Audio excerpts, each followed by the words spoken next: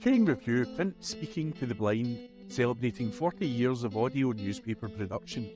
Welcome to this week's edition of the Glasgow Times podcast, recorded in the Bishop Briggs Media Centre by our amazing volunteers. You can get in touch with us via Facebook, Twitter or Instagram using @QinReview. That is @CUENDREVIEW. You can also contact us directly by emailing information@QinReview.com. That is INFORMATION@QuenReview.com, or by calling 0141 772 3976.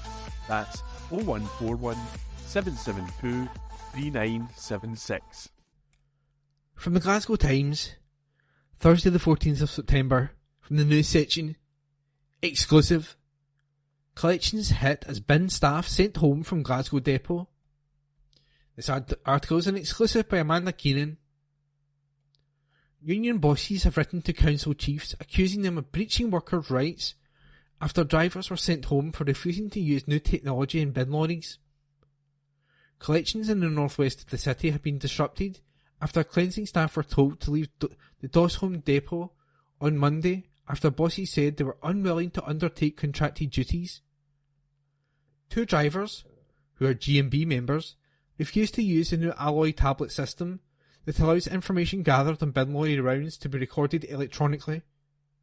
Its introduction is currently subject of a dispute between the union and the local authority.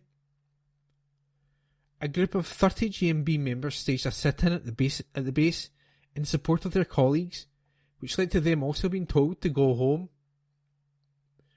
Council chiefs have said the action was unofficial and declared that all staff involved will not be paid, sparking fury among union bosses. They have now begun industrial action short of strike over the dispute and have penned an angry letter to Glasgow City Council's Chief Executive, Anne-Marie O'Donnell, claiming the local authority's conduct breaches the Trade Union and Labour Relations Act 1992. The correspondence, which has been seen by the Glasgow Times, said, GMB and the Council have thus far failed to agree on the use of alloy in refuse collection vehicles. Its use has been a subject to a legal ballot for action short of strike. It is therefore a surprise to hear that a number of people have faced disciplinary action for refusing to use the system while we are still in dispute. No union member should be in this position, as clearly set out in the Trade Union and Labour Relations Act 1992. Negotiations between GMB union officials and council bosses continued on Tuesday evening to try and reach a resolution, but talks ended in stalemate. A Glasgow City Council spokesman said, due to unofficial industrial action within our waste management team, there has been a disruption to bin collections in the northwest of the city. A number of staff refused to undertake their duties and, as a consequence, were told to leave their depot. Anyone who refused to go about their duties will not be paid. The use of in-cab devices is now standard practice following a comprehensive review through our grievance process. Full training on how to use the devices is always provided by staff. We're very sorry for any inconvenience that's been caused by the disruption to services, and we are working hard to resolve this matter. Affected residents should look out for updates on our website. Alloy tablets allow staff to record quickly any service issues, such as missed bin collections or the presence of rats. Refuse bosses say its introduction has been comprehensively reviewed and is in keeping with the roles staff currently and are paid for. But GMB convener for Glasgow's cleaning workers, Chris Mitchell, says that the new post needs to be created that recognise the additional responsibility operating alloy brings. He added, we are already asking these guys to drive 20-ton vehicles in some of Scotland's narrowest streets. There is a lot of stress in that, and the introduction of this new system is only increasing that pressure. We aren't denying there are benefits to bringing it in, but it needs to be done properly with union consultation. What had happened with these guys on Monday was not right, and their colleagues weren't going to stand for it. The council have their view on it, and we have ours, but our priority now is making sure these people who took a stand aren't penalised financially for acting within the law. And that report was by Amanda Keenan. From the Glasgow Times, Thursday the 14th of September, news. Unnecessary and crass. Glasgow group upset as trees cut down near Winford demolition site. By Esther Tarnay, community reporter. A group of residents came together to express their anger after a row of trees was cut down in North Glasgow. Members of the Winford Residents' Union claim it was unnecessary and crass to get rid of 5 mature trees which grew near the Winford tower blocks, due to be brought down by Wheatley Homes. During a protest, locals demanded an environmental impact assessment, which the company claims is not warranted for the development at 151, 171, 191 and 120 Winford Road. Nick Jury of the group said, "They were mature trees planted in the 1960s. On Tuesday evening, we placed a tribute to the trees and raised awareness of this environmental vandalism. There were 5 lime trees. Everyone feels this is unnecessary and crass."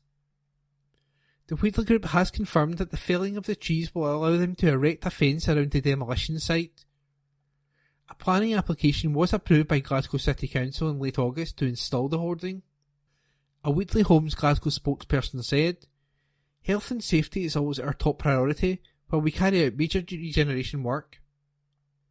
We removed some trees to allow us to fit a security fence around the block in preparation for the demolition work beginning. We will plant new trees to replace any we have to remove." And the article was by community reporter Esther Tarnay. From the Glasgow Times, Thursday the 14th of September, from the news section, school strike set to go ahead after revised pay offer rejected. Article by Lauren Brownlee. School strikes in Glasgow are set to go ahead following a meeting in which a revised pay offer was rejected. Units in Scotland says that unless a significantly improved offer is received by 5 p.m. on Wednesday, September the 20th, strikes planned for September the 26th, 27th and 28th will take place. 24 local authorities are affected, including Glasgow, West Dunbartonshire, East Dunbartonshire, East Renfrewshire, Renfrewshire and South Lanarkshire. The union's local government committee met this morning and voted unanimously to reject COSLA's new pay offer, which was sent on Wednesday evening, outright. Unison has written to COSLA today to say that the revision is minuscule and, as a result, the unanimous decision in our committee is that we reject this offer outright and proceed with strike action on the dates already notified. The letter points out that the revised offer represents an increase in the previous offer of only 0.17%. For those on the lowest pay, the revised offer represents an increase of only 1 pence per hour, effective from January the 1st, 2024. Those working full-time and earning £25,000 or above are being offered no increase on the previous offer, which has already been rejected. Joanna Baxter, Unison Scotland Head of Local Government, said, "It is deeply disappointing that it has taken COSLA 5 months since our members rejected the initial offer to present such insignificant changes. We have made very clear that COSLA must put forward a significantly improved offer to avert mass school strikes. Members of our local government committee this morning described this offer as insulting. It is staggering that COSLA has still not approached and continue to refuse to approach the Scottish Government for additional funding to make a meaningful improvement to the pay offer. Given the state of local authority budgets, we believe this to be a dereliction of the duty to stand up for local government and fight for the funding needed to both properly reward the local government workforce and keep our public services running." Mark Ferguson, Unison Scotland Chair of Unison Local Government Committee, said, "The strike mandate we have is the strongest show of strength by our members in decades. Their resolve to fight for the decent pay rise they, and all their colleagues across local government, so richly deserve is clear." And that article was written by Lauren Brownlee. From the Glasgow Times, Thursday the 14th of September. From the news section, teen who threw item at Celtic fans on good behaviour order. By Connor Gordon. A teenage Hibs fan who threw an item at Celtic fans has been ordered to be of good behaviour. The then 16-year-old committed the crime at Celtic Park on October the 15th, 2022. The Hoops were hosting the Edinburgh side that day in a match Ange Postecoglou's side went on to win 6-1. Court papers state that the now 17-year-old culpably and recklessly threw an item into a spectator area. The charge says this exposed the fans to risk of injury. The boy appeared in the dock at Glasgow Sheriff Court. He had an 1875 and Harp logo tattoo on his arm, which relates to the formation date of Hibernian Football Club. The boy pleaded guilty to the culpable and reckless charge. He also admitted to a separate allegation of possessing a document which resembled a driving licence. Prosecutor Josh Dowie told the sentencing that the boy was in the away section of the stadium. He said, "Police were directed by CCTV operators that there was a person throwing items at the home fans. The operator identified the boy and police approached him. They took him to a quiet place in the stadium to speak to him, where he was cautioned and charged. He told officers it was a 20p. Sheriff Patricia Price put the boy in a good behaviour order until March next year, and deferred a decision on a football banning order until then." And that report was by Connor Gordon. From the Glasgow Times, Thursday the 14th of September, from the news section, teen 14 vanished after getting on train to Glasgow Queen Street. Report by Morgan Carmichael. A teen who has been reported missing is believed to be in Glasgow.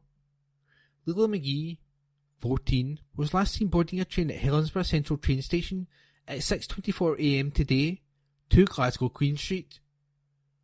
The train's destination was Edinburgh Waverley. However, it is believed she alighted in Glasgow. Leela is described as around 5 foot 6 inches tall, slim build with dark brown curly hair and a fringe. She wears silver framed square glasses and is believed to be wearing dark coloured trousers, dark trainers, and a white baggy jacket with pink/red sleeves over a black hooded top. She may have the hood pulled up covering her head. She is thought to have a light coloured bag with her. Inspector Barry Convery from Helensburgh Police Station said, "This behaviour is completely out of character for Leela and we are growing concerned for her welfare. We would ask anyone who may have been on a train heading towards Glasgow city centre from Helensburgh this morning, 14th of September, or anyone who may have seen her in Glasgow since this time, to get in touch with officers. Any sightings of Leela should be reported to police immediately, or anyone who may have information that can help trace her.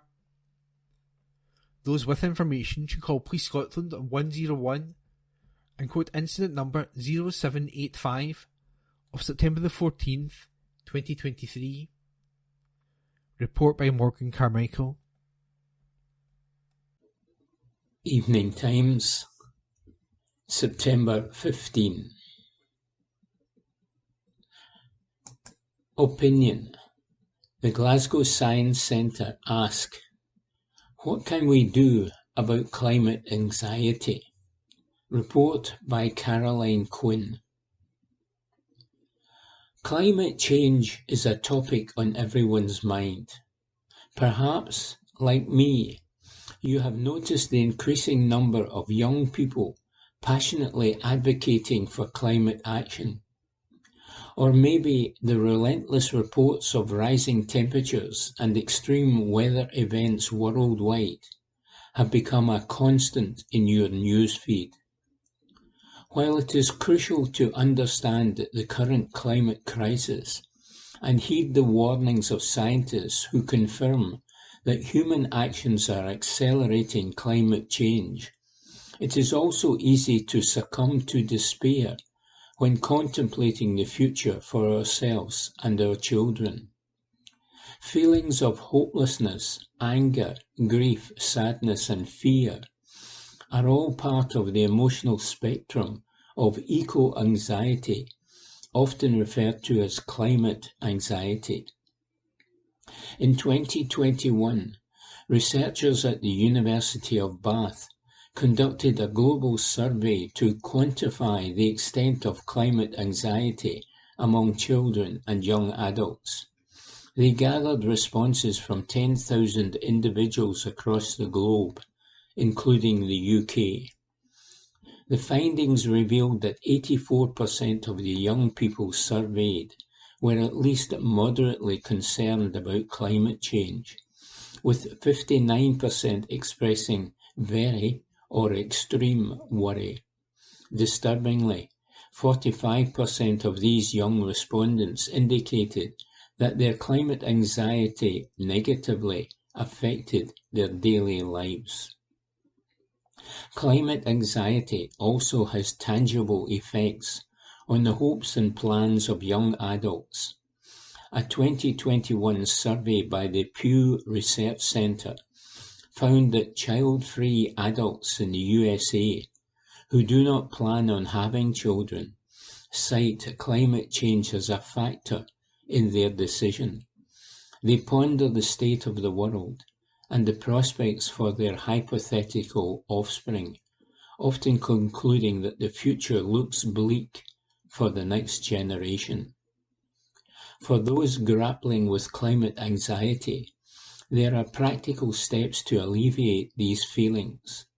While reducing your carbon footprint is commendable and empowers individuals to regain a sense of control over the situation, it also helps dispel feelings of personal guilt regarding carbon emissions.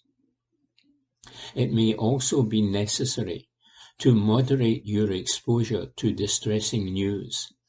Staying informed is crucial, but consider limiting your daily news consumption and obtaining information from reputable sources. Some news outlets focus on hopeful climate change stories, which can offer respite from the gloom. Education remains a powerful strategy against climate anxiety.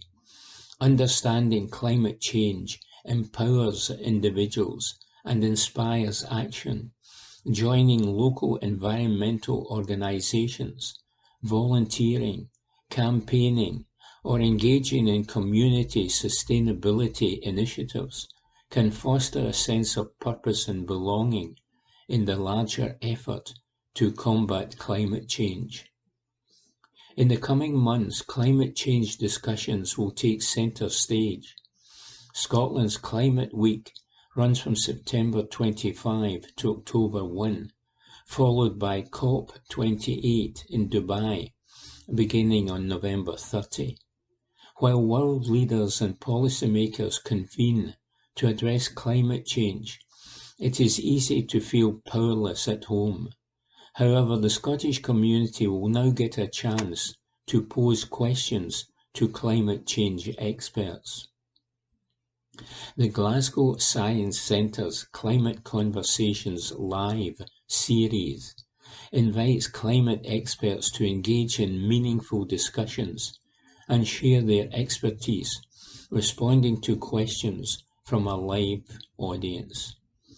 Professor Tanzeen Jaffrey from the Pioneering Centre for Climate Justice at Glasgow Caledonian University is the first speaker.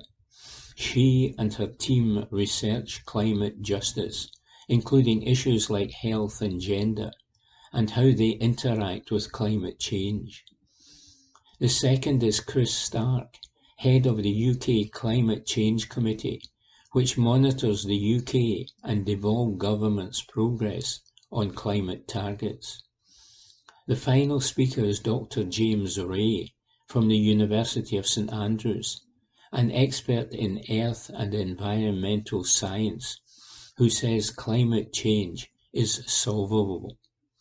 The series, presented in partnership with the University of Strathclyde's Department of Physics, will be hosted by broadcast journalist and writer Sally Magnuson. The events, which take place on October 9, November 6 and 27, are aimed at over 16s. Report from the Glasgow Science Centre and from Caroline Quinn. Evening Times, September 14. Lifestyle. House of Fraser could look differently after multi-million-pound makeover. Report by Rebecca Newlands. New images show how Glasgow's House of Fraser could look if plans for a multi-million-pound makeover are approved. We previously reported that Mike Ashley's group is seeking permission to revamp the flagship store on Buchanan Street. Plans are currently being considered by Glasgow City Council, and new CGI images reveal how the store could look once the work is completed. The external facade of the building has been given a new look with canopies and flags adorned with the store logo. Inside, new lighting and fixtures have been added to the store's beauty department.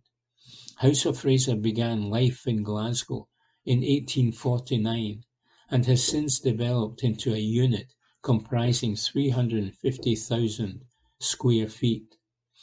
Speaking about the refurbishment plans, David Epstein, Managing Director of Premium and Luxury at Fraser's Group, said, "Glasgow is a leading city for luxury retail, and we are looking forward to the prospect of opening our first Fraser's flagship in this iconic building.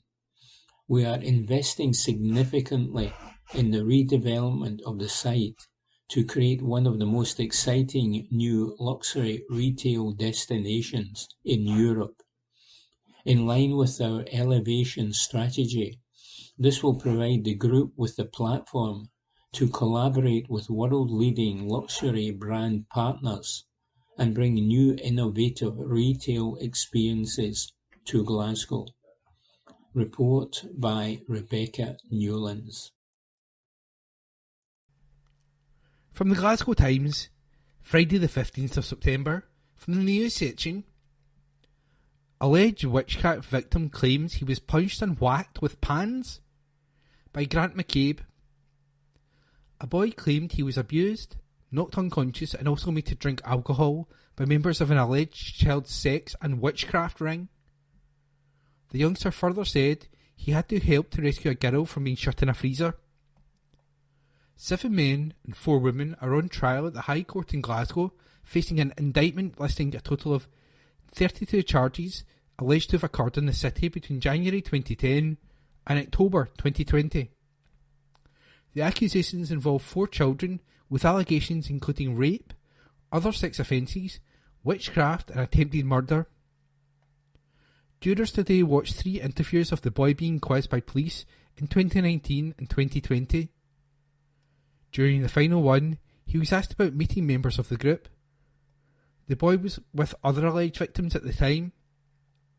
The youngster said, "They all arrived at the same time, like it was planned." Asked what then happened, he added, "They just punched us all, whacked us with pans. The kind of pans you put beans in, pots." The boy said he and 2 other children ended up unconscious. He told police, "I only remember waking up on the floor. I went and got plasters for us." The boy claimed he had scratches and bruises nearly everywhere on my body. During another time with members of the group, the youngster recalled being forced into a room. The boy said one of the 11 shoved a bottle of Buckfast into his mouth. He believed one of the other children was also made to drink something. He also claimed another group member had big cameras with him. The detective asked, "Did he video what happened that day?" The boy replied, "Yes." In an earlier interview shown today, the child told how one of the other alleged victims was shut in various kitchen appliances. He said the girl was in a microwave for a few minutes. The boy allegedly said she was also kept in an oven. Asked was it switch on, he replied off, as if it was on, she would probably be dead. He added himself and a girl got the child out. pair also had to rescue the same youngster from a freezer. He remembered the girl being curled up in a little ball, and the first thing she said was help. Jurors heard the girl was closed in a fridge which had been switched off. The boy further stated he saw her being hung from a nail in a wall for up to 10 minutes by one of the 11, so she learned a lesson. Ian Owens, 45, Elaine Lannery, 39, Leslie Williams, 41, Paul Brannan, 41, Marianne Gallagher, 38, Scott Forbes, 50, Barry Watson, 47, Mark Carr, 50, Richard Gacken, 45, Leona Lang, 51, and John Clark, 47, deny the accusations they face. The trial before Judge Lord Beckett continues on Monday, and that report was by Grant McCabe. From the Glasgow Times, Friday the 15th of September, from the news section. Drumchapel thug stuck knife into partner's hand. Report by Connor Gordon. A thug waterboarded his partner while she watched Friends during a 6-year campaign of domestic terror. Scott O'Sullivan, 40, made the woman suffer at his hands between 2004 and 2010. O'Sullivan, of Drumchapel, kept tabs on her and attacked her on a number of occasions. This included slamming her face onto a mirror and sticking a knife into her hand. The woman told a jury that O'Sullivan also tried to drown her by putting a towel over her face and pouring water on it. She stated that she struggled to breathe and felt she was going to pass out. The victim later ended the relationship, but found out he started a romance with her teenage half-sister. The teenager was also a victim at the hands of O'Sullivan, who tormented her for 2 years. O'Sullivan was violent towards her while she was pregnant and made her feel like nothing.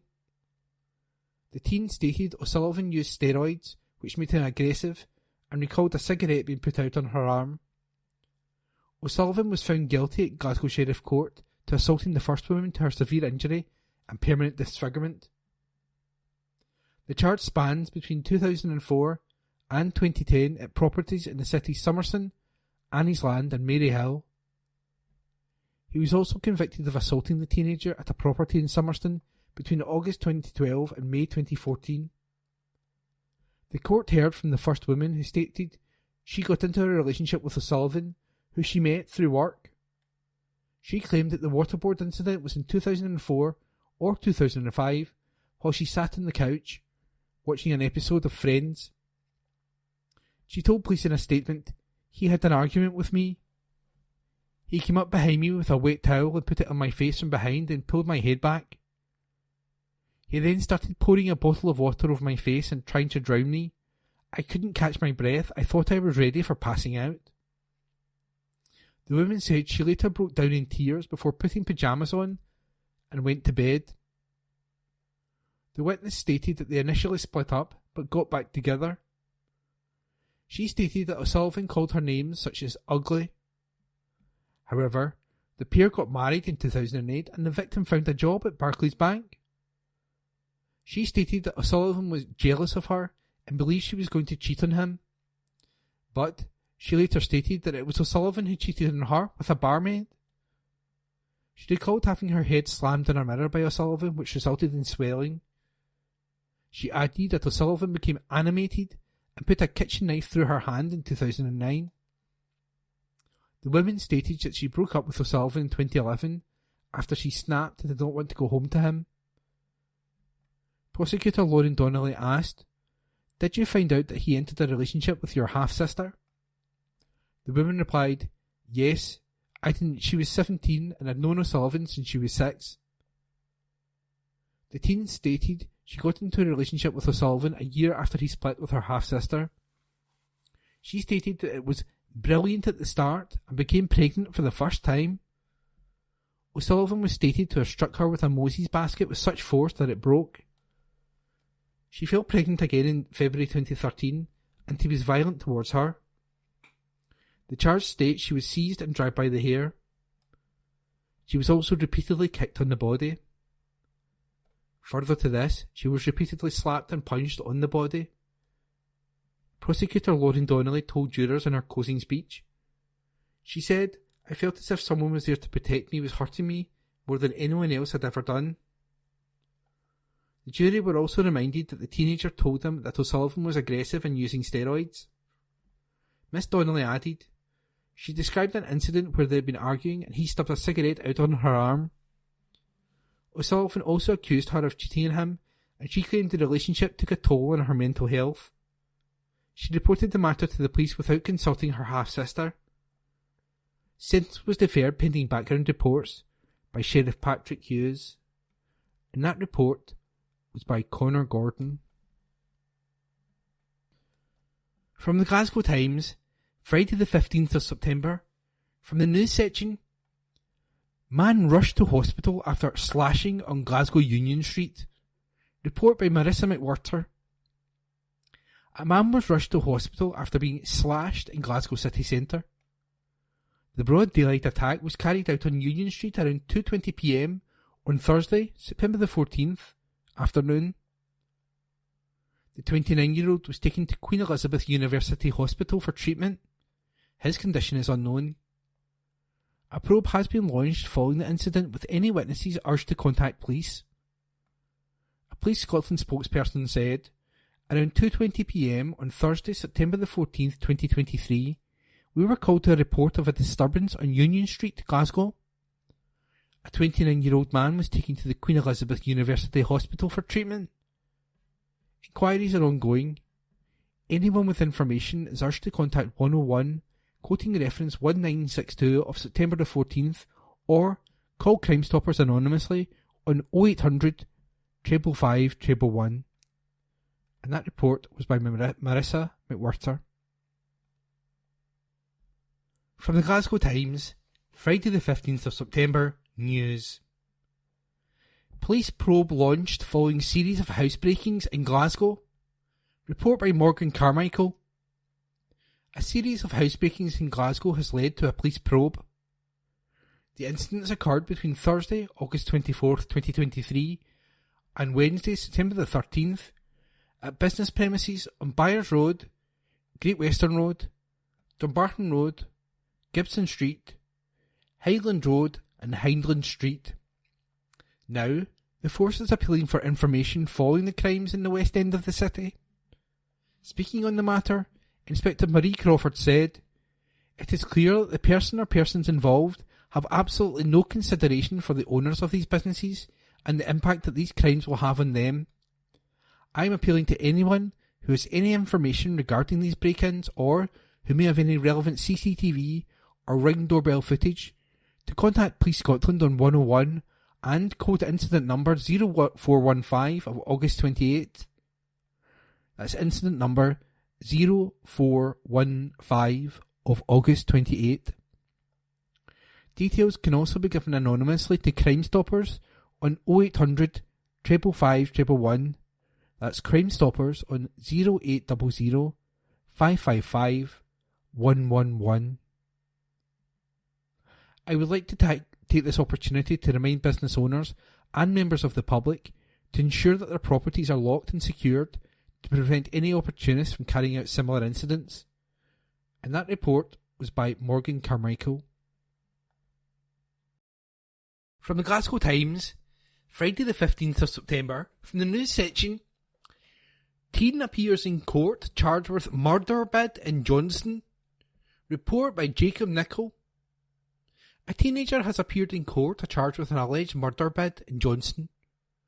Daniel Donnelly made no plea at Paisley Sheriff Court on Friday, September 15th. The 18-year-old was charged with assault to severe injury, permanent disfigurement, danger of life and attempted murder. Donnelly, of Johnston, was committed for further examination and released on bail. His next court appearance is to be confirmed. It comes after we reported that a 16-year-old teenage boy was allegedly assaulted and stabbed near Thorn Court at around 12:20 p.m. on Wednesday, September 13th. He was taken to hospital where medical staff describe his condition as stable. Officers are continuing to appeal for information on another man who is described as slim and in his mid to late teens with short brown hair. At the time, he was wearing a dark coloured tracksuit top and bottoms, the hood up or a baseball cap on. Anyone with information is asked to call Police Scotland via 101, quoting incident number 1542 of September 13th. Alternatively, please call Crime Stoppers on 0800 555 111. That's 0800 555 111, where information can be given anonymously. And that report was by Jacob Nichol. From the Glasgow Times, Friday the 15th of September. From the news section, breaking, Tony Ferns, arrest made in unsolved Thornliebank murder from 2019. Report by Marissa McWhirter. Arrests have been made following the alleged murder of Anthony Ferns in Thornliebank in 2019. 4 men, aged 37, 48, 54 and 67, have been arrested and charged in connection with the death of the 33-year-old on April the 18th, 2019. A spokesperson for Police Scotland announced the breakthrough in the cold case on Friday, September the 15th, morning. They said, 4 men aged 37, 48, 54 and 67 years have been arrested and charged in connection with the death of 33-year-old Tony Ferns in Thornliebank on Thursday, the 18th of April 2019. They are due to appear at Glasgow Sheriff Court on Friday, September the 15th, 2023. At the time, a friend of the Ferns said, Tony was a lovely boy, a gentle giant. He was a tiler and worked hard. Why anyone would do this to him is a mystery. It is shocking that something like this can happen in a quiet residential area like this. I just keep asking myself, why? And that report was by Marissa McWhirter. Glasgow Times, on Monday the 18th of September. Lifestyle. 80s pop group announce an anniversary tour with a Glasgow show. An article written by Rebecca Newlands. A legendary pop group has announced a Glasgow date on a special anniversary tour. Simply Red is celebrating 40 years of chart success by embarking on their 40th anniversary tour in 2025. The band, known for its hits Fairground, Stars, If You Don't Know Me By Now and more, will visit the city's OVO Hydro on Sunday, September the 28th, 2025. With over 60 million albums sold worldwide, 5 UK number 1 albums, 1.8 billion streams across streaming platforms worldwide, and over 1 million YouTube subscribers, Simply Red remains one of the UK's most successful and well-loved bands. Their 1991 classic Stars was the best-selling album for 2 years running in Britain and Europe, and all 13 of Simply Red's studio albums, including their latest release, Time, have reached the top 10. Mick Hucknall, who formed the group in Manchester in 1985, said, Simply Red is turning 40. We're looking forward to marking this special milestone with you all in 2025 on our UK tour. Fans can expect to hear all their favourite Simply Red tracks from 1985 to the present and enjoy a memorable night celebrating the incredible journey that we've been on together over the past 4 decades. Tickets for the show go on sale on Thursday, this Thursday, September the 21st, 2023. An article written by Rebecca Newlands. Glasgow Times News on Monday the 18th of September. Mentoring service for young people at risk. An article written by Marissa McWhirter.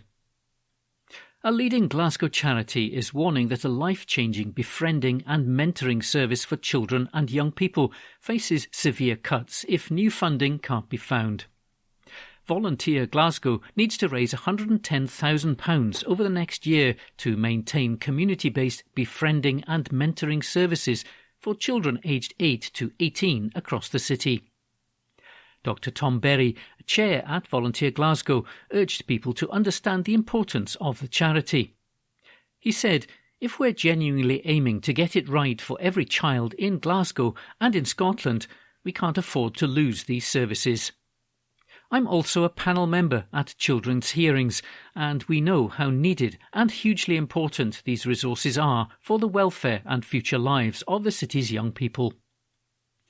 According to the charity, every child who was matched with a volunteer last year achieved one or more key outcomes, like providing an element of protection, increasing self-confidence, skills, engagement in community activities, and accessing services for the wider family.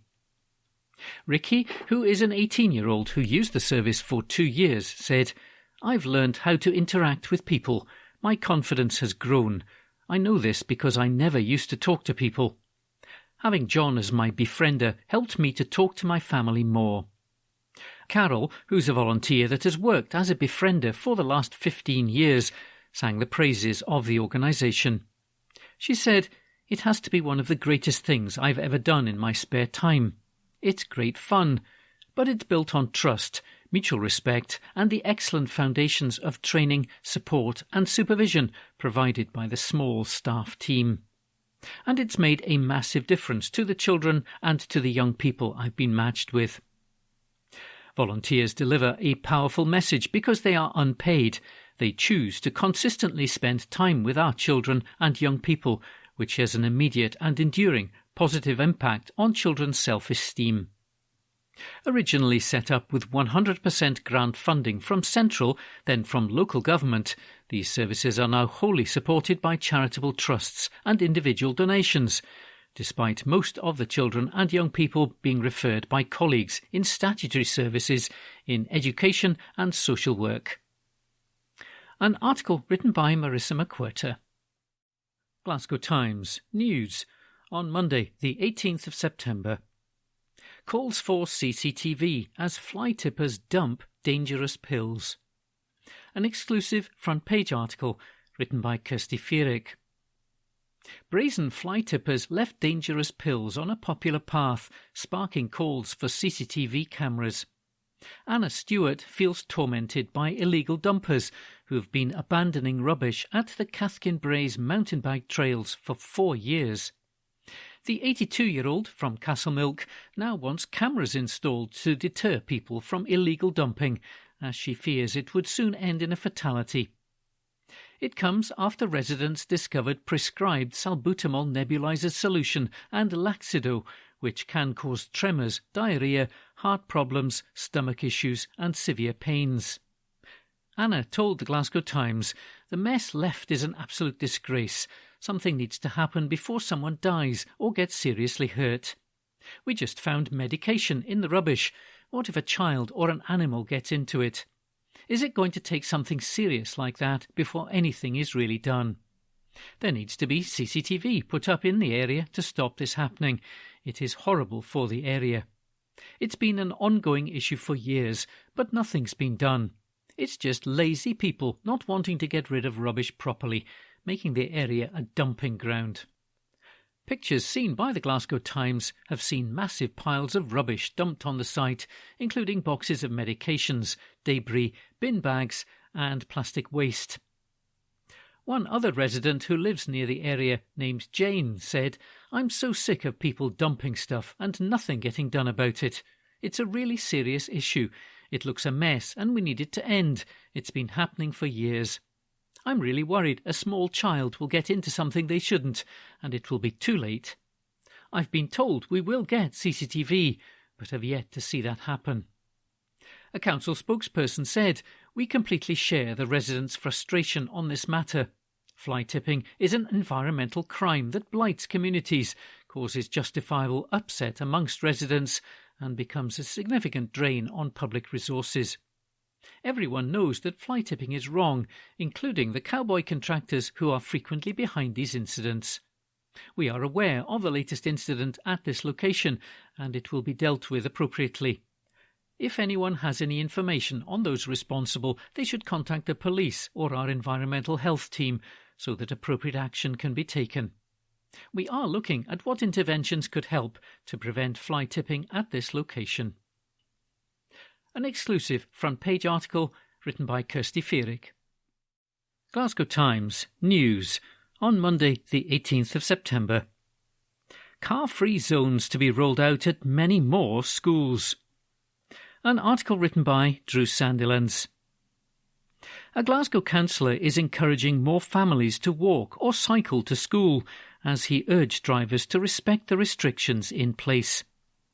The School Streets programme, predominantly car-free zones, has been rolled out at almost 50 schools across the city as part of efforts to improve road safety and reduce harmful emissions. Councillor Paul McCabe, SNP, who chairs the Safe Glasgow Partnership, said the enthusiasm for cycling shown by the audiences within Glasgow during the UCI World Championships had been tremendous. He said that the council wanted to build on that success and has already introduced a suite of integrated transport and other plans to prioritise walking, wheeling and cycling as the first and natural choice for everyday journeys. Councillor McCabe also praised the Shawlands Bike Bus, which sees a group of adults and children cycle or wheel to Shawlands Primary every Friday morning. The School Streets programme puts in place restrictions for 45-minute periods in the morning and in the afternoon when pupils arrive and leave school. Anyone driving in the zone is at risk of a fine. It was introduced to improve road safety, reduce harmful emissions and encourage active travel. There are some exemptions which allow vehicles such as residents to drive through the area. Councillor McCabe added, "School Streets is all about making children's journeys to school as safe as possible. It's important that all car drivers respect the zones at the beginning and at the end of the school day." Due to its success, the initiative is being rolled out in many more schools, and I urge everyone to respect the restrictions where this is in place. 1.5 hours per day is a small sacrifice for the safety and health of Glasgow's children. The Lynn Ward councillor said all schools in the area have his support to enable whatever active travel options they choose, whether walking or cycling buses. Council officials worked with Shawlands Primary to provide an innovative bike-mounted remote-controlled device that holds traffic to let the children in bike buses cross in good time. A Go Cycle Glasgow fund, created by Glasgow Life and by Glasgow City Council to inspire people to take up cycling, received £50,000 from Buchanan Gallery's owner Landsec ahead of the UCI Championships.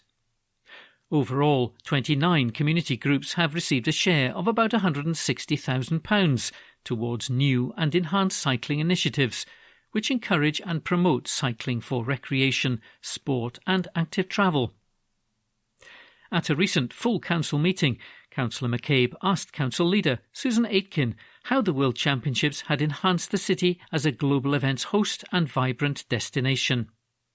Councillor Aitken said, "I think it's fair to say that everyone who came onto the streets, into any of the venues or watched the events on television would agree that the UCI Cycling World Championships delivered a magnificent 11 days for Glasgow and proved once again that this twice European capital of sport really cuts it on the global stage."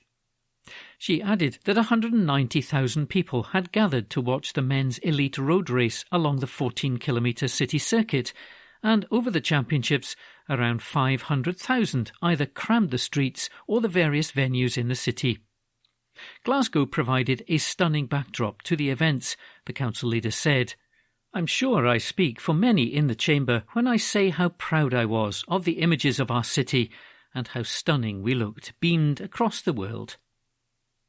An article written by Drew Sandilands. Glasgow Times News on Monday, the 18th of September. A carpet of bluebells to be planted at Glasgow's Victoria Park.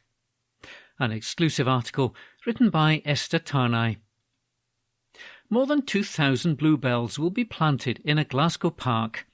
The carpet of flowers will be created by children from several West End primary schools and will brighten Victoria Park. Pupils from Whiteinch Primary, St Paul's Primary and Scotstoun Primary Schools will be planting more than 2,000 native British bluebell bulbs at a single event. This will take place in the area around the park's famous Still Game bench on Wednesday this week at 9:30 a.m. The planting has been arranged by Victoria Park Community Trust a community charity set up to foster grassroots involvement in the development of the park. Trust Chair Steve Nelson said, "This initiative has many benefits for the community. As well as creating a beautiful spectacle for park visitors in springtime, it will also contribute in a very practical way to the environmental education of local children. While at the planting, we also hope to introduce them and their teachers to our biodiversity garden, which we're developing on adjacent ground." The event follows the successful crocus bulb planting in the early years of the park by previous generations of primary school children and has been funded by the national charity Volunteering Matters Action Earth. An exclusive article written by Esther Tarnay. Glasgow Times News on Monday, the 18th of September. Fire engines unavailable 6,000 times in 2022. An article written by Rebecca McCurdy. Fire engines were unavailable to firefighters more than 6,000 times in 2022, a 138% increase on pre-pandemic years, figures show. Scottish Labour, which obtained the Scottish Fire and Rescue Service data through a Freedom of Information request, said the bombshell statistics should act as a wake-up call to ministers. Whole-time fire appliances were unavailable or off the run 6,272 times last year, compared to 2,639 occasions in 2019. It was more than double the 2021 rate, when 3,098 appliances were off the run across the North, East and West Fire Service. Figures from the first half of 2023 are also worse than the whole 2019 year, with 2,707 off-the-run incidents recorded up to June. Meanwhile, figures show retained duty system appliances available for on-call firefighters were unavailable 112,615 times in 2022, compared to 95,223 occasions in 2019. The figures do not include Perth, Kinross or Angus, as the system used to record retained duty service does not record off-the-run data. It comes as Scottish Fire and Rescue Service Chief Officer Ross Haggett warned a Holyrood committee of significant financial pressures facing the service, as it may have to make savings of between £14 million and £26 million next year, which could see the withdrawal of 18 appliances. An article written by Rebecca McCurdy. Glasgow Times News on Monday the 18th of September. A nurse could face jail for having a sexual relationship with a patient. An article written by Connor Gordon. A nurse at a mental health unit could be facing jail after she embarked on a sexual relationship with a patient. Jill McLaren, who's 37, had secret trysts with a man she knew from the secure clinic in Glasgow where she worked. This included the mum of two taking him to her home under the guise of an escorted Christmas shopping trip. Ms McLaren pleaded guilty to engaging in sexual activity with the man as she appeared in the dock at Glasgow Sheriff Court. The crime spanned between July 2018 and September 2019. Prosecutors accepted not guilty pleas to similar allegations that she was involved with two other patients at the unit. Ms McLaren from Greenock had her bail continued. The court heard how the nurse and the man started frequently chatting about their shared love for fitness. She then told him she started a shift on his ward in order to see him, and they began to flirt with each other. Fiscal Lauren Donnelly said she went to get chocolates in the unit and he followed her. They began kissing in the cupboard. The pair agreed that if Ms McLaren wished to speak to him outside of the clinic, she should use a different name. The man was woken up by the nurse one evening during a night shift as she shone a flashlight into his face. They again went on to kiss before she carried out a sex act in his bedroom. The court heard Ms McLaren also bought a birthday card for the man. It read, "Have a great day. Wish I could speak to you. Half love you. Ha ha." Ms McLaren went on to go with him on an outing for him to apparently buy Christmas gifts. but they instead ended up at her house where further sexual contact occurred. The man's mother became suspicious of a relationship between the pair and was worried for her son. However, she did not report the matter, as there was a possibility he would be moved to a less secure unit. Miss McLaren left her permanent post at the unit in August 2019 to start another role, but she still took several shifts at the clinic, and during one, an argument took place after Miss McLaren suddenly ended the relationship. However, Miss McLaren later sent another card to the man with "I miss you" written on the front. A staff nurse at the unit later received a phone call asking for the man and recognised Miss McLaren's voice. Miss Donnelly said she became suspicious of this and hit redial and recognised the number. She checked this against the number of the staff and it matched the one held by Miss McLaren. The man's mental health deteriorated after he was made aware that the staff knew about the relationship. He later confessed to his lawyer and staff at the unit about what was going on. Ms. McLaren ended up being arrested but made no comment at the time. Ewan Dow, defending, told the court that the nurse had recently left a volatile relationship before starting at the unit. He said she felt low and vulnerable with her partner leaving. She felt worthless and lonely. When she started work at the unit, she felt flattered by some of the attention that was given to her by the man. It's to her shame and regret that she became involved in a wholly inappropriate relationship. She knew it wasn't right, and on a number of occasions she identified to the man that it was wrong and should not continue. He said if she did end the relationship, he would disclose it to her employers and members of the family. Sentence was deferred pending background reports until next month by Sheriff Gerard Considine, who granted Ms. McLaren bail and put her on the sex offenders register. He said, "Clearly this was a gross breach of trust and the charge you pleaded guilty to is extremely serious. The law protects people such as the man in this case. Be in no doubt, custody is in the uppermost of my mind." An article written by Connor Gordon. Glasgow Times News on Monday the 18th of September. 1/3 of Glasgow City Council vehicles don't comply with a low-emission zone. An exclusive article written by David Ball. Council chiefs in Glasgow have been accused of hypocrisy after it was revealed that more than 1/3 of the authority's own vehicles don't comply with the city's controversial low-emission zone. Glasgow City Council became the first local authority in Scotland to roll out a low-emission zone in a bid to improve air quality and harmful emissions in the city centre. But statistics obtained from the City Council show that almost 600 of the authority's own vehicles, making up more than 1/3 of its total vehicles, don't meet the standards required of motorists to enter the zone.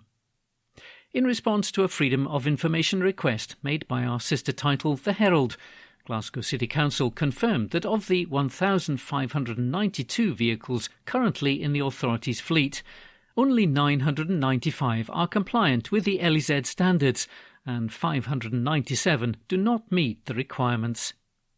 The statistics mean that more than 1/3 of the Council's own vehicles don't meet the standards set out to enter the LEZ without facing fines. The City Council has argued that not all of its vehicles are needed to enter the LEZ area of Glasgow and stressed that all will be replaced as part of a strategy. Scottish Conservative Shadow Transport Minister Graham Simpson said, "This is the height of hypocrisy from the SNP-led Glasgow City Council. They've imposed this scheme on hard-pressed motorists during a cost-of-living crisis, yet have not bothered to get their own house in order. The public will find it astonishing that nearly 600, more than 1/3 of the Council's own vehicles, fall foul of their own low-emission zone." He added, "It's all too typical of the arrogance among SNP Green politicians to not practice what they're asking others to do. The SNP-led council have rolled out an unworkable policy to the detriment of Glasgow's residents and businesses, without even carrying out their own in-house homework before doing so." When the low-emission zone was rolled out in June, Glasgow City Council said the policy will protect public health by tackling unacceptably high levels of air pollution, but opposition parties say the policy will affect livelihoods and businesses. Number plate recognition cameras will be used to enforce the zone. When a non-compliant vehicle is detected in the zone, a penalty charge notice will be issued to the registered driver. The first phase of the scheme focused on buses and saw a year-on-year improvement in the proportion of low or zero-emission buses servicing the city centre. The zone covers the area of the city centre bounded by the M8 motorway to the north and west, the River Clyde to the south, and the Salt Market and the High Street to the east, but does not include the motorway itself. A vehicle can only drive within the zone if it meets the specified emission standards, which are Euro 4 for petrol cars and vans, Euro 6 for diesel cars and vans, and Euro 6 for buses, coaches and heavy goods vehicles. The Scottish Government has committed to reduce car kilometres by 20% by the year 2030. Scientists have said that lowering air pollution from traffic in cities through low-emission zones and congestion charging zones has a measurable benefit to public health. Rosemary Chamberlain of Imperial College London, who is the first author of a study published in The Lancet, said the experts found evidence of health benefits within a relatively short time of implementation, particularly in relation to cardiovascular disease and road traffic injuries. It's understood that the number of the Council's vehicles that do not comply is expected to drop slightly to 584 in the next month or so. The City Council will replace all other non-compliant vehicles through the local authority's fleet replacement programme. A council spokesperson said, "Only a limited number of vehicles in the council's fleet are required to enter the city centre low-emission zone, and those that do are expected to meet the emission standards. New LEZ-compliant vehicles have been delivered into the council's fleet, and we've undertaken a programme of vehicle retrofit where appropriate to meet the required standards." An exclusive article written by David Ball. Glasgow Times News on Monday, the 18th of September. A very ambitious plan to revamp a Glasgow theatre. An article written by Drew Sandilands. A very ambitious multi-million-pound plan to revamp Glasgow's King's Theatre is being developed to attract bigger shows. The theatre's owner, Glasgow City Council, and the Ambassador Theatre Group, or ATG, which runs the Bath Street venue, are working on a project to upgrade the A-listed building. A council official said it is required to attract shows like Hamilton and The Lion King, which can't fit in behind the stage at the moment.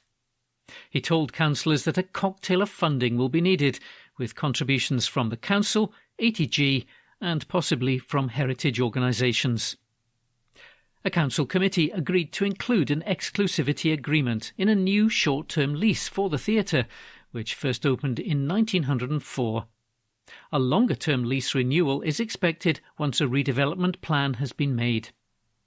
The exclusivity agreement ensures the council can't take any other expressions of interest in managing or running the theatre.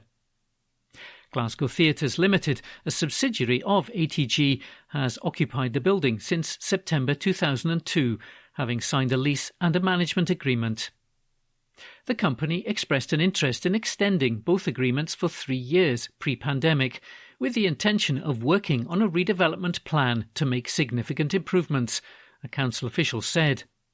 However, he added that the pandemic meant the 3-year extension was all but lost, so the agreements are being extended for another 3 years.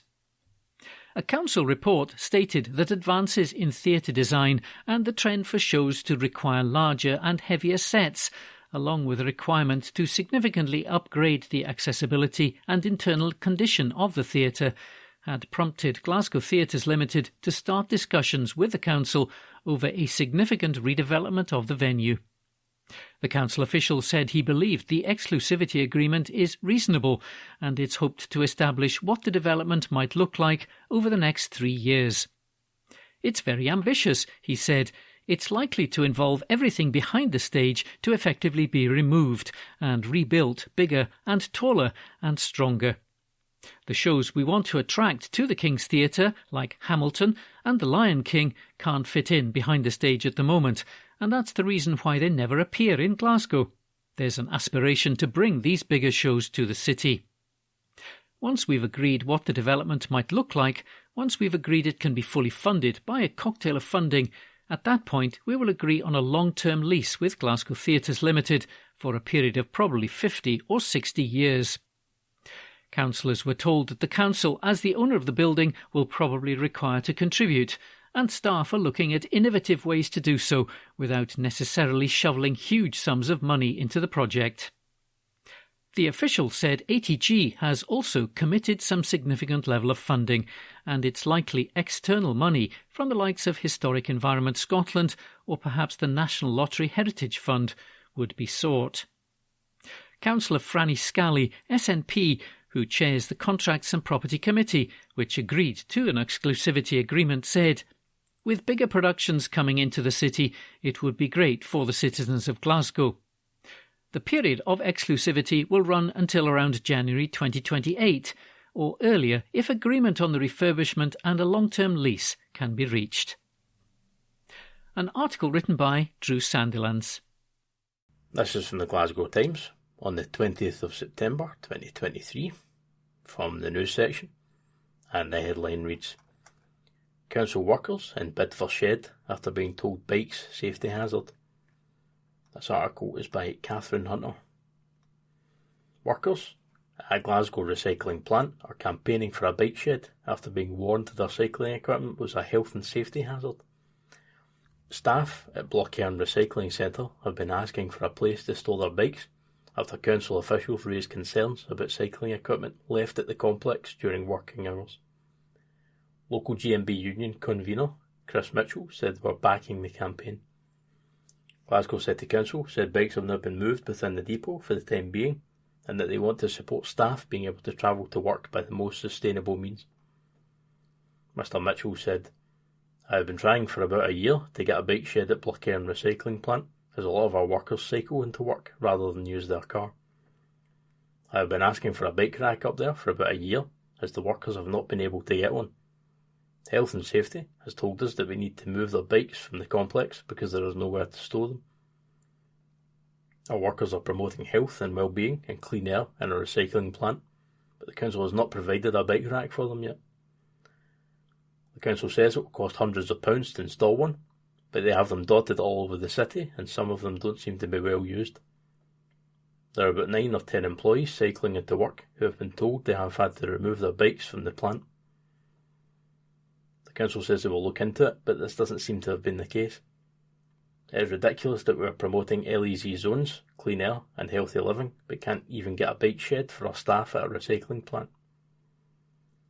A Glasgow City Council spokesman said where bikes were being stored during the working day was causing a safety concern, and they have been moved within the depot for the time being. "We're very keen to support staff being able to travel to work by the most sustainable means possible, and bike storage has been introduced in other parts of the council estate for staff. We will look to install suitable equipment at the depot as soon as is reasonably possible." This article was by Catherine Hunter. This is from the Glasgow Times on the 20th of September 2023, from the news section, and the headline reads, "Cousins from Glasgow and Wishaw discuss life-saving heart transplants." This article is by Morgan Carmichael.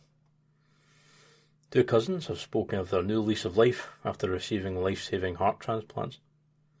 Fraser Wilson from Glasgow and Louise Campbell from Wishaw were both 45 when they underwent the surgery at the Golden Jubilee University National Hospital in Clydebank. The pair both had the genetic disease cardiomyopathy and had lost parents and uncles to it.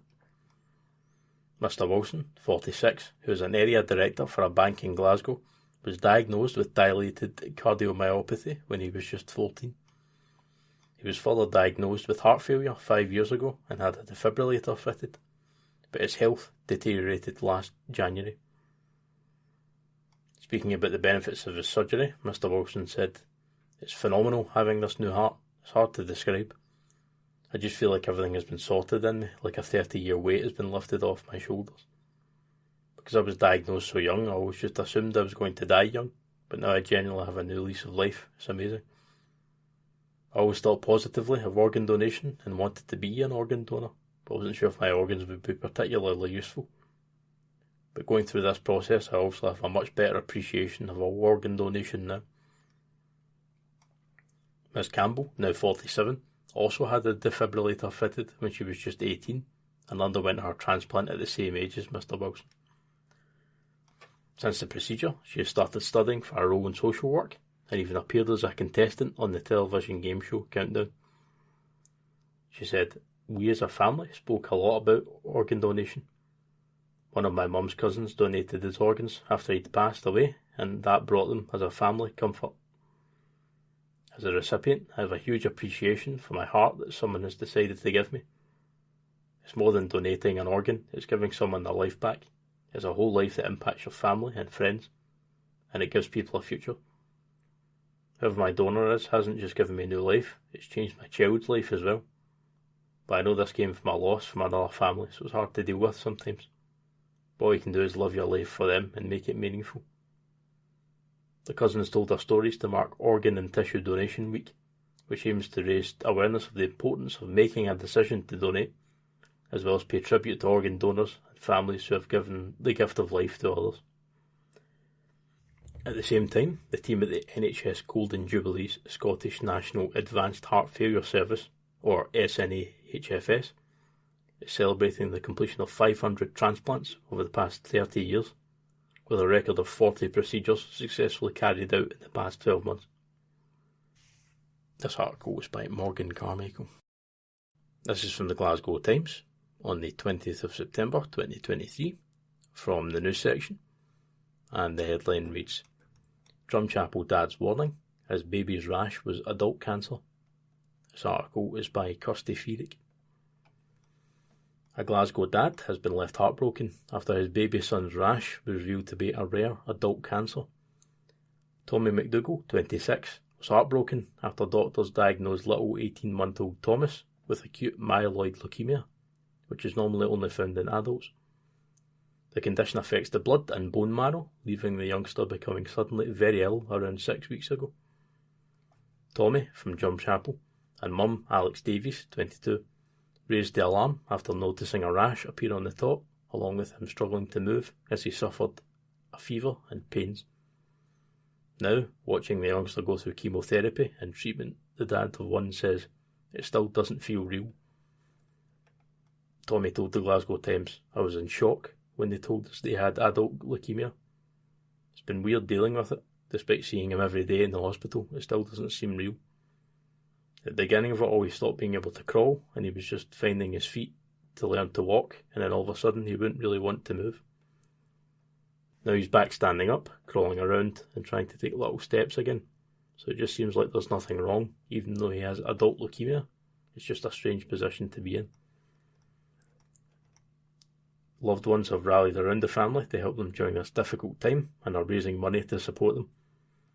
It comes as Top faces years of treatment and special care, as he goes through radiation and has a low immune system. His parents are also considering giving the money to charity, despite feeling the financial pressure themselves. Tommy explained, "Thomas has money going towards keeping him safe after he is released from hospital for things like gloves and sanitizer. Some cancer care things are more than £100, and he will be needing care for up to 2 years after release. Right now, even if we need to change his nappy, we need to wear gloves because of the radiation from the chemo.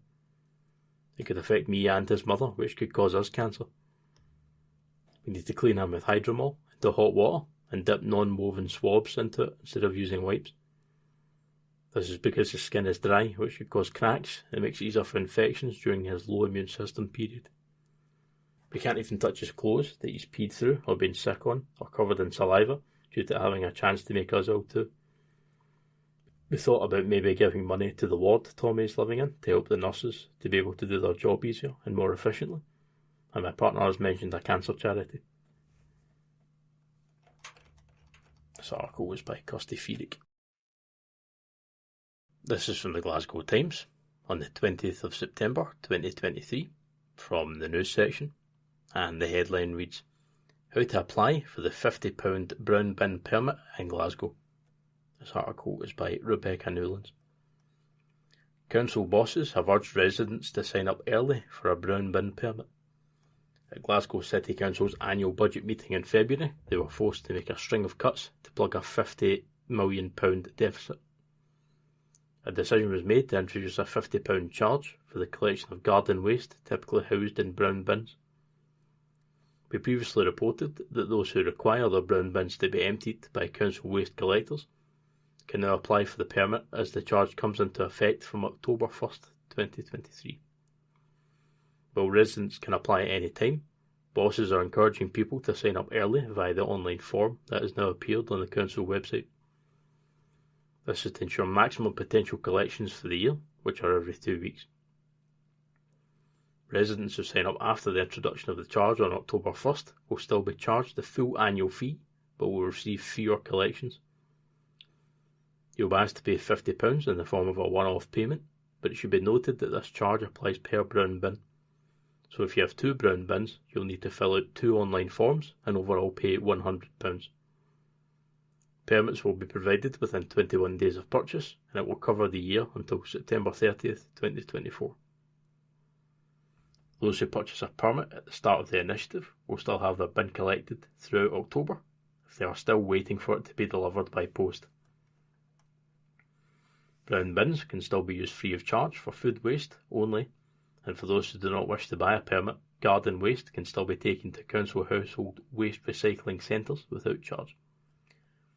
A Glasgow City Council spokesperson said, "Charging for the collection of garden waste is common throughout Scottish local authority areas.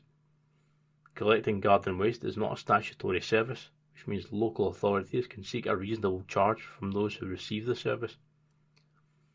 A significant majority of households in Glasgow do not receive a garden waste service, and they have effectively subsidised the service until now. We think it's fair those who have brown bins for garden waste make a direct contribution, which will support the delivery of the service and protect other services in the long term. Residents who do not wish to use the service can continue to use our household waste recycling centres free of charge, or compost the waste in their own gardens. Residents will be written directly about the introduction of the new system, which will be phased in over October, with permits implemented in earnest from the start of November. Other councils which charge for the service include East Renfrewshire, Edinburgh City, Falkirk, Inverclyde, Aberdeen, Dundee, Highland, Midlothian, Moray, and Perth and Kinross. This article is by Rebecca Newlands. This is from the Glasgow Times on the 20th of September 2023 from the news section, and the headline reads, "Locals divided by new upgrade on dangerous Glasgow junction." This article is by Esther Tarnay. A community is divided about a Glasgow junction which has recently been upgraded. As the Glasgow Times reported in August, the notoriously complex double roundabout at Westland Drive, Danes Drive and Victoria Park Drive North was changed to enhance safety. Over a 60-day period, engineers installed temporary traffic lights, which are now fully operational. Locals, however, are in disagreement about whether the project will help manage cars. Nigel Payne is upset with both the lack of consultation and the updates.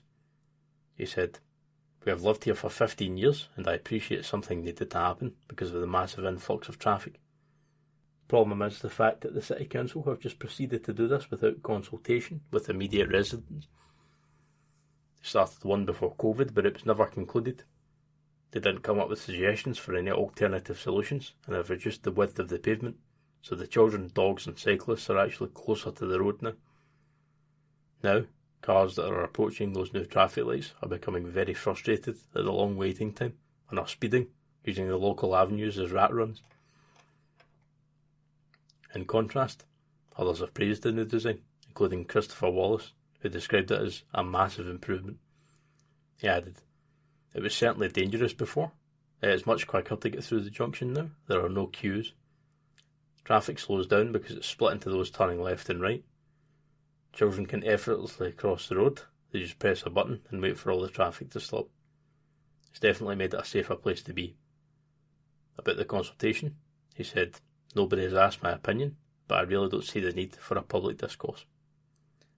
This article was by Esther Tarnay. This is from the Glasgow Times on the 20th of September 2023 from the news section, and the headline reads, "Medieval Govan Warrior Stone discovered in Glasgow." This article is by Marissa McWhirter. A community archaeological dig took a delightful turn when excavations uncovered a remarkable new find, an early medieval carved stone of a warrior. The stone, dubbed the Govan Warrior, was uncovered on Saturday, September 16th, at Govan Old Churchyard as part of a community fun day organised by Glasgow Doors Open Days Festival. Over 500 people visited the site over the weekend to take part in the excavations, which were coordinated by the Glasgow Building Preservation Trust. The excavation was led by University of Glasgow professor Stephen Driscoll and Clyde Archaeology. Dozens of volunteers from the Govan community participated in digs for the first time, alongside archaeology students from the University of Glasgow and Clyde Archaeology. The Warrior Stone is a unique find at the ancient site, which is celebrated for its richness of Viking Age sculpture. Professor Driscoll described the Govan Warrior as the most important find he had made at the site in 3 decades. He said, "It's a style that makes us think both about the Pictish world and also about the Isle of Man, and it's interesting that we are halfway between these two places. Govan is the ideal place for these two artistic traditions or styles to come together. This is probably the most important find that I've made in my 30 years of working at Govan Old. The new stone is very exciting because it takes the collection to a different cultural place, as it does not look like the heavier and chunkier Govan school style. The new stone is much more delicate in its execution, using finer, shallow incisions. The stone portrays a man side on, carrying a round shield and a shaft over their shoulder. The man is probably carrying either a sword or a spear and can be described as a warrior. While much of the warrior's face has been damaged since it was carved over 1,000 years ago, remarkable details suggest a flowing ponytail and a sharply pointed beard. Govan Old is the home of the Govan Stones Museum, which contains one of the finest collections of early medieval and Viking Age sculpture in Europe. A collection of over 30 sculptures produced by the Viking Age Kingdom of Strathclyde, a lost kingdom of Old Welsh-speaking Britons who dominated the Clyde Valley from the 5th to the 11th centuries AD. The new find is exceptional for its quality, even amongst the superb existing collection, which includes the unique Govan sarcophagus, the Govan cross, and 5 hogback gravestones, a Scandinavian-style funerary monument that dates to the 9th or 10th centuries. Govan Old is open to the public until the 31st of October, 1 p.m. to 4 p.m. This article was by Marissa McWhirter. That concludes this week's edition of the Glasgow Times podcast. Please remember to subscribe to our channels at Review and Review, and to tell your friends about our service.